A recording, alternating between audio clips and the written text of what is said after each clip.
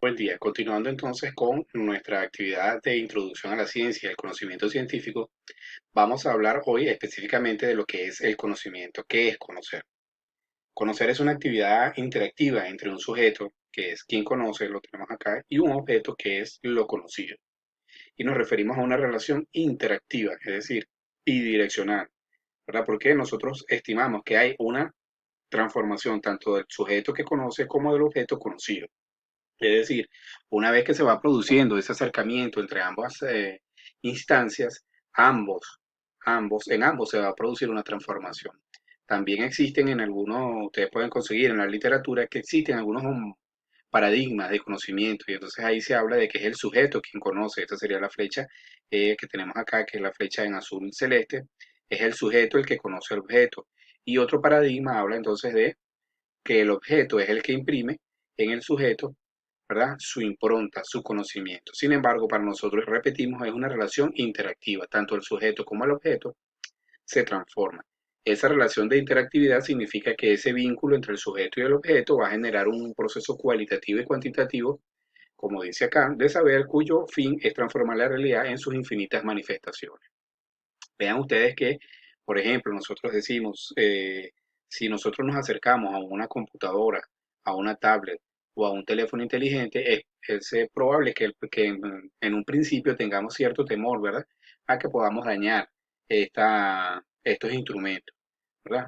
O estos elementos. Sin embargo, en la medida que vamos conociendo su capacidad, en la medida que vamos interactuando con el objeto, se va transformando y entonces ya el objeto deja de ser algo ese algo que está lejano, que no conocemos, que no sabemos y que tenemos temor de acercarnos a él y de utilizarlo, para empezar a utilizarlo en función de el conocimiento que vamos adquiriendo de él. Entonces hay una transformación en el sujeto que conoce, pero también en el objeto que es conocido. Entonces vean ustedes ahí que con un ejemplo de la vida cotidiana nosotros podemos dar cuenta de lo que queremos decir cuando la relación es interactiva. Ambos, tanto el sujeto que conoce como el objeto que es conocido, se transforman.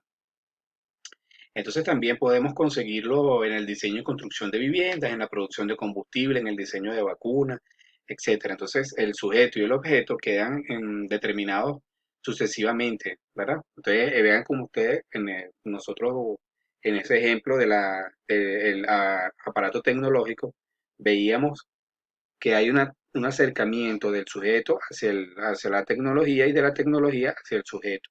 Se van acercando y en la medida que esa relación va siendo interactiva, va generando un conocimiento profundo tanto en el sujeto como en el objeto, porque lo transforma, ya deja de ser un objeto extraño para obtener otras propiedades, otras cualidades que además entonces son aprovechadas para generar nuevo conocimiento. Entonces tenemos ahora el conocimiento empírico. ¿Qué es el conocimiento empírico? Es también el llamado conocimiento vulgar, ¿verdad? Es un conocimiento obtenido por azar, luego de innumerables tentativas, es lo que se conoce como la experiencia. Es anecdótico y asistemático. A través de este conocimiento la persona, ¿verdad? Conoce los hechos y el orden aparente que tiene. Y además le asigna cualidades o explicaciones en función de su parecer, ¿verdad? Este es un conocimiento común, es cotidiano, también se conoce como un conocimiento empírico espontáneo. Se obtiene básicamente por la vía de la acumulación, la práctica que el hombre realiza diariamente en sus actividades cotidianas, pero aun cuando este conocimiento no es sistemático, ¿verdad? Por estas características que hemos mencionado, también le ha permitido a la humanidad acumular valiosas y variadas experiencias a lo largo de su historia. Entonces, este conocimiento común se fundamenta en la descripción o el establecimiento de tendencias empíricas elementales de los fenómenos, las cuales representan en última instancia una descripción de las manifestaciones de los procesos. Es decir, aunque es un conocimiento empírico, no significa que no sea un conocimiento válido y solamente que tiene unas características particulares. Fíjense ustedes, precisamente, esta, este conocimiento, por ejemplo, dio paso o dio pie a la teoría geocéntrica, ¿verdad? Que la Tierra era el centro del universo, a la caída de los cuerpos, aquello de que los cuerpos caían por su propio peso, también a la teoría miasmática, que nosotros veremos en más detalle en próximas clases, tiene que ver con cómo se interpretan los problemas de salud, las enfermedades, y la teoría del flogisto, que tenía que ver entonces con la química y cómo el proceso de combustión. Entonces, evidentemente, este es un conocimiento que es subjetivo porque se apoya en la experiencia de quien conoce, es decir, entonces no puede ser reproducible porque la experiencia forma parte de la experiencia individual de cada persona. Además es espontáneo porque se obtiene sin una búsqueda sistematizada. Es decir, nosotros no estamos, cuando estamos adquiriendo un conocimiento empírico, ¿verdad? No lo estamos adquiriendo de una manera sistemática, o sea, no tenemos el propósito de, sino que vamos simplemente acumulando experiencias y la vamos incorporando. Podemos decir que en nuestro background de conocimiento. Además es dogmático porque se basa en creencias y en supuestos que no son generalizables, son individuos, son individuales para cada quien. Es así como que es una creencia para cada persona y entonces eso evidentemente no puede ser generalizable a los demás. Es ambiguo e inexacto porque evidentemente sus definiciones y predicciones son vagas y poco claras. Depende mucho de de quién presenta el conocimiento, de la experiencia que ha acumulado la persona, y entonces evidentemente no puede ser sometido a una comprobación. Y además es intuitivo, ya que supone ideas y no las somete a comprobación, o sea, es lo que la persona cree, independientemente de que sea cierto o falso. Entonces vean que estas son solo las características y, como repito, en función de este conocimiento empírico se desarrollaron en el pasado teorías como la teoría geocéntrica, la teoría de la caída de los cuerpos, la teoría miasmática y la teoría del flogismo.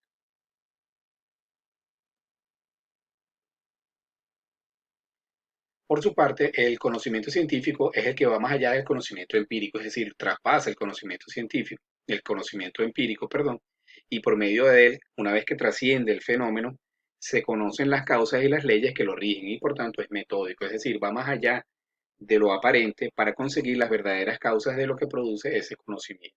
Entonces, este es el conocimiento científico. Entonces, por supuesto que la persona o el hombre que hace ciencia busca que su conocimiento sea un poco más que el simple ver del hombre común, ¿verdad? Y por ello logra que su conocimiento, hacer diferentes interpretaciones de la realidad, y entre más profundo sea ese conocimiento que él va obteniendo de la realidad o de su cotidianidad, ¿verdad?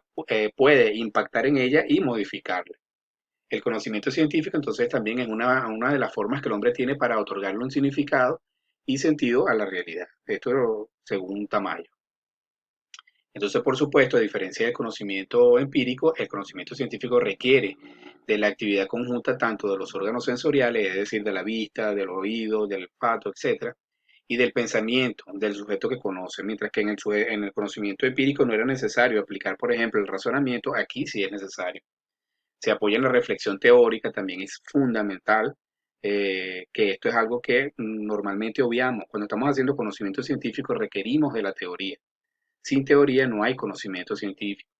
Entonces, ¿esto para qué? Para captar la esencia de los procesos que están más allá de lo que nosotros vemos, de los acontecimientos, de los objetos, lo cual implica conocer las causas por las cuales estos se desarrollan. Y se pueden entonces, ¿por qué? Porque una vez que nosotros conocemos cuáles son las causas que permiten el desarrollo de un evento, podemos entonces intervenir para modificarlo o para prevenirlo, en caso de que sea, por ejemplo, un daño a la salud. Entonces, el conocimiento de las leyes del desarrollo de la naturaleza y la sociedad permite hacer las recomendaciones y además también, por supuesto, eh, implementar medidas para evitar daños en el caso de que se puedan producir daños. Aquí pues, yo les recomiendo que tienen una lectura en el campus virtual que se conoce como la aventura del conocimiento humano. Ahí incluso hay una descripción un poco precisa de lo que las teorías que hemos planteado en esto. Entonces, sería bueno que ustedes en el momento que tengan hagan lectura de de, de ese documento. Entonces, fíjense ustedes, vean que nosotros hablábamos en la otra de la teoría geocéntrica, fue sustituida por la teoría heliocéntrica, es decir, la Tierra es un elemento más que gira alrededor del Sol, y además en forma helicoidal. Entonces, esta es una teoría que superó el conocimiento empírico. La teoría de la gravedad superó, por supuesto, la teoría de la caída de los cuerpos, mientras que la teoría microbiana fue una de las que superó la teoría del miasma. Y la de la combustión fue la que sustituyó o superó la teoría del flogisto. Entonces vean cómo el conocimiento científico va más allá del conocimiento empírico, aunque también puede utilizarlo a él para superar esos supuestos del conocimiento empírico. Entonces, ¿cuáles son esas características del conocimiento científico? Bueno, primero que es objetivo, es la capacidad de desprenderse de situaciones en las que se está implicado personalmente y para examinar los hechos basándose en la prueba y la razón y no en el prejuicio y la emoción. Era un poco lo que decíamos cuando hablábamos del razonamiento, ¿verdad? Hablábamos de los procesos cognitivos, perdón, y específicamente de la descripción. Si nosotros estamos haciendo una descripción, recuerden el ejemplo que dimos de la silla, tratar de no agregarle o asignarle adjetivos calificativos porque eso lo que hace es introducir un juicio, un prejuicio o un juicio valorativo a algo que no lo tiene. Además, también es racional, se refiere al hecho de que la ciencia utiliza la razón como arma esencial para llegar a sus resultados. Nuevamente, la teoría, el proceso de razonamiento son fundamentales para la ciencia. Además, es sistemático, porque se va obteniendo, ¿verdad? Eh, en función de relaciones, en función de asociaciones, se va ensamblando. Los científicos trabajan en lo posible con conceptos, con juicios, con razonamientos y no con sensaciones. Su objetivo es encontrar y reproducir el encadenamiento y lo alcanza por medio del conocimiento de las leyes y los principios. Por eso entonces es un sistema. Entonces trata de conseguir la lógica que existe en el conocimiento y por eso es que es sistemático. Además es acumulativo, evidentemente. Se fundamenta en que los conocimientos anteriores y va generando nuevo conocimiento. Por eso es que uno dice que es acumulativo, porque siempre utilizamos lo que tenemos y en función de ese conocimiento vamos utilizándolo para generar un nuevo conocimiento. Por supuesto que es falible, porque reconoce la posibilidad del error, pero también de la autocorrección. Es verificable porque se prueba en la práctica cotidiana también, se puede aplicar, se puede probar en la práctica cotidiana, además es claro y preciso porque enuncia proposiciones de eventos que en su mayoría se pueden eh, verificar empíricamente, es decir, todo lo que el conocimiento científico expresa es factible de poder ser comprobado por medio del mismo método que veremos más adelante. Entonces, el conocimiento científico es uno de los modos posibles del conocimiento. Fíjense que esto es muy importante. O sea, no significa que el conocimiento empírico no sirve o es malo o que, ¿verdad? Que no es útil. Todo lo contrario, solamente que son tipos diferentes de conocimiento. Entonces, fíjense que aquí Sabino nos expresa que el conocimiento científico es uno de los modos posibles del conocimiento, quizá el más útil o el más desarrollado, pero no por eso el único o el único capaz de proporcionarnos respuestas a nuestras interrogantes. Entonces eso debemos tenerlo claro. No significa entonces que el conocimiento empírico no sirve, sino que es un tipo de conocimiento nada más. Entonces, entonces por medio del conocimiento científico, ¿verdad? El investigador observa, descubre, explica, predice la realidad. ¿Para qué?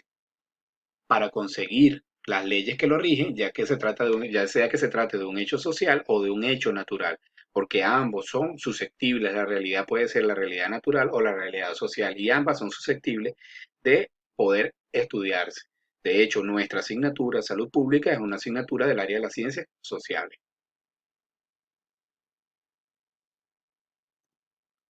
Entonces, el científico estudia la realidad, ¿verdad? O parte de la realidad para investigarla e interpretar y convertirle eso en ciencia. Y esta se convierte en ciencia por medio del conocimiento científico. Entonces, para concluir, el conocimiento científico, ¿verdad? La ciencia específicamente, es el conjunto de conocimientos racionales, es decir, científicos, ciertos y probables, obtenidos metódicamente, sistematizados y verificables, que hacen referencia a objetos de una misma naturaleza. Es una actividad metódica que permite llegar al conocimiento objetivo de la realidad.